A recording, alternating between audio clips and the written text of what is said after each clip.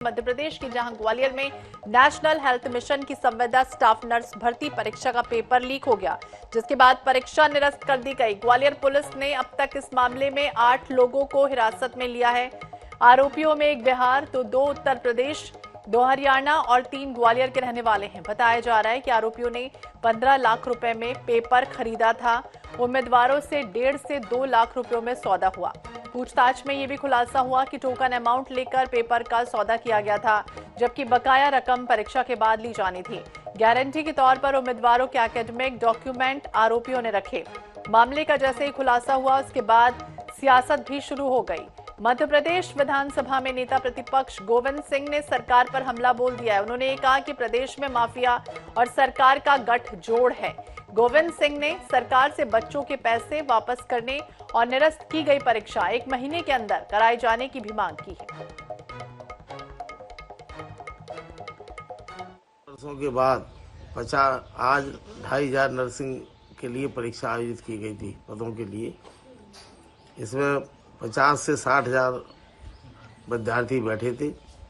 उत्तर प्रदेश और यहाँ के लोगों ने साठ गांठ करके माफियाओं ने पेपर लीक की दिया, जिससे पूरे प्रदेश की परीक्षा निरस्त हो गई। सरकार ने तो कंट्रोल है शिवराज सिंह का, और ना माफिया रोक पा रहे हैं, क्योंकि माफियाओं को संरक्षण पूरी तरह से सरकार और भारतीय जनता पार्टी के नेताओं से है। तो स्टाफ नर्स की परीक्षा जो है वो निरस्त हो गई है। नर्स भर्ती प्रक्रिया जो है वो फिलहाल निरस्त कर दी गई है।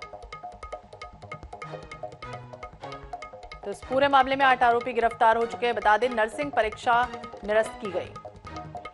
सनी मालवी ज्यादा जानकारी के लिए हमारे सहयोगी भोपाल से जुड़ गए, उनसे जानने की कोशिश करते हैं। सनी, जिस तरह से बात करें, नर्सिंग भर्ती प्रक्रिया को निरस्त कर दिया गया, इतनी हाईटेक परीक्षा और लापरवाही कहीं ना कहीं हुई। जिस तरह से पेपर जो है वो पहले खरीदा गया, फिर बच्चों से पैसे जो है वो ऐंठे गए, इसके बाद 8 आरोपी तो फिलहाल गिरफ्तार हुए हैं। क्या कुछ जानकारी, किस वजह से इतना बड़ा जो घोटाला है कहीं ना कहीं सामने आया, इतनी बड़ी लापरवाही?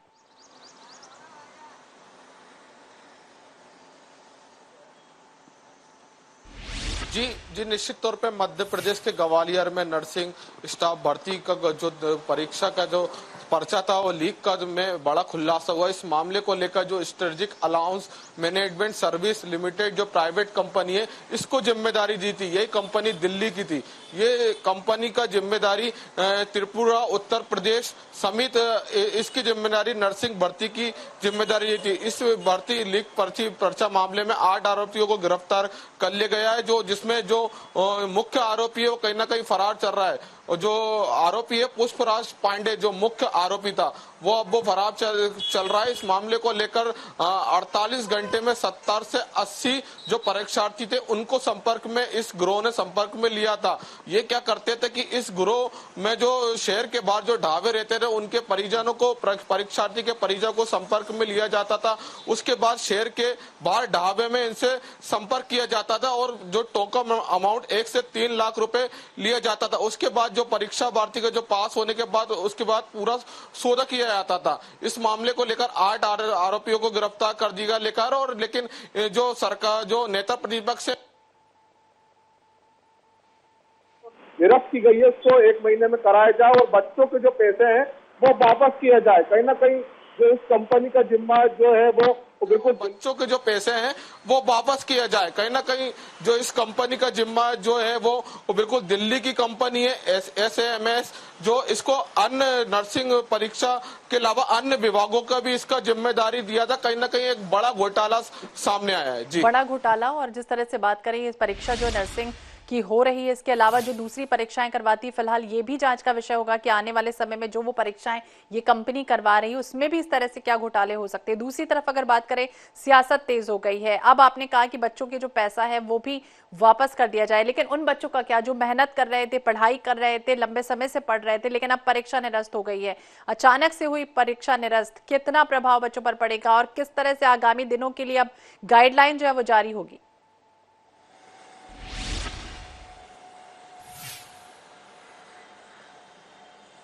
निश्चित तौर पे इस मामले को लेकर लगातार मध्य प्रदेश में कोई भी परीक्षा होती है कहीं ना कहीं गड़बड़ी सामने आती है। एक बार फिर नर्सिंग हेल्थ मिशन एनएचएम में पेपर पर्ची लीक के मामले में गड़बड़ी और जो निरस्त है वो मामला सामने आया। लगातार जो बच्चों के भविष्य की बात करें तो बच्चों के भविष्य के साथ बड़ा खिलवाड़ माना जाए। जिस तरह से लंबे समय से जो परीक्षार्थी थे वो इस भर्ती को लेकर तैयारी कर रहे थे, कहीं ना कहीं इस गिरोह ने जो दिल्ली की कंपनी है राष्ट्रीय एसएमएस जो कंपनी है उसको लेकर ये इन लोगों परीक्षा की जिम्मेदारी दी गई थी। कहीं ना कहीं एक बड़ा घोटाला सामने आया, लेकिन इस मामले को लेकर सरकार की तरफ से कोई भी प्रतिक्रिया सामने नहीं आई है। जो 48 घंटे में ये जो है 70 से 80 परिजन को संपर्क किया जाता था, जो शहर के बाहर है उन लोगों को संपर्क किया जाता था। 1 से 3 लाख में सौदा किया जाता था, टोकन अमाउंट था।